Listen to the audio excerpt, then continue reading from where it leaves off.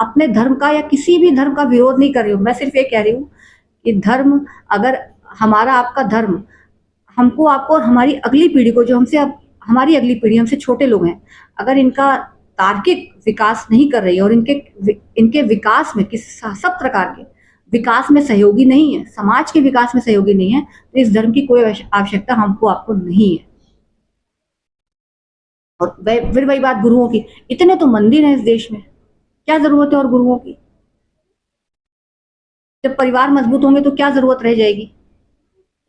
औरतों से मेरा निवेदन है, आप पढ़ी लिखी हो या गैर पढ़ी लिखी हो, आप सबसे बड़ा बदलाव कर सकती है। और हाउसवाइफ तो सबसे ज्यादा काम करती हैं, सैलरी कुछ मिलती नहीं, छुट्टियां कुछ मिलती नहीं, सबसे सबसे ज्यादा काम करती हैं। तो औरतों को मैं कहूंगी, जो मेरी हम उम्र है, भले आपने कभी काम, देखिए मैंने तो शादी के पहले बहुत साल नौकरी करी, फिर मैंने शुरू किया अब इतने लंबे गैप के बाद।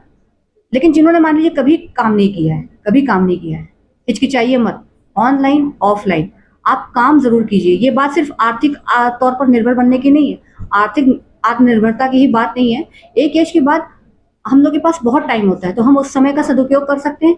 ऑनलाइन ऑफलाइन आप कोई भी काम कीजिए, ये सोचे बगैर कितना, क्योंकि एक अच्छा जीवन तो मान लीजिए सभी को मिला हुआ है, रहने को घर है, जिनको जिनको नहीं है वो तो अपने जीवन को बढ़ाने के लिए भी काम करें, लेकिन जिनको है उनको अपने समय का सदुपयोग करना चाहिए। इतना तो औरतें कर ही सकती हैं, पढ़ी लिखी हो या गैर पढ़ी लिखी हो, आपके पास सब कुछ है, रहने को घर है, सब कुछ है, इतना तो आप कर ही सकती हैं। आसपास के लोगों को आप जागरूक कर सकती हैं, करिए।